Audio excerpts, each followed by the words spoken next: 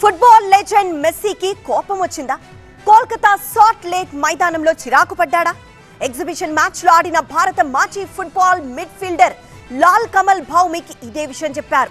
మైదానంలోకి వచ్చినప్పుడు మెస్సీ చిరునవ్వుతోనే ఉన్నాడని, అందరికీ షేక్ హ్యాండ్ లిస్టులు, ఆటోగ్రాఫ్లు ఇచ్చాడని భౌమిక్ అన్నారు. కానీ ఆ తర్వాత సీన్ మారిపోయిందన్నాడు. అయితే తన చుట్టూ 100 మంది గుమిగూడేటప్పటికీ మెస్సీ ముఖం మీద చిరునవ్వు మాయమైందన్నాడు. అందరూ గుమిగూడి ఫోటోలు తీసుకోవడంతో మెస్సీ అసహనంగా మారినట్లు అక్కడే ఉన్న భౌమిక్ చెప్పడం ప్రాధాన్యత సంతరించుకుంది.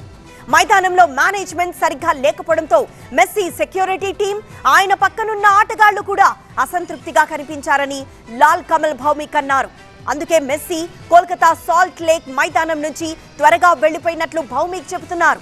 మరోవైపు మెస్సీ టూర్ తర్వాత మైదానంలో చెలరేగిన హింసపై బెంగాల్ సర్కార్ ఇప్పటికే విచారణకు ఆదేశించింది.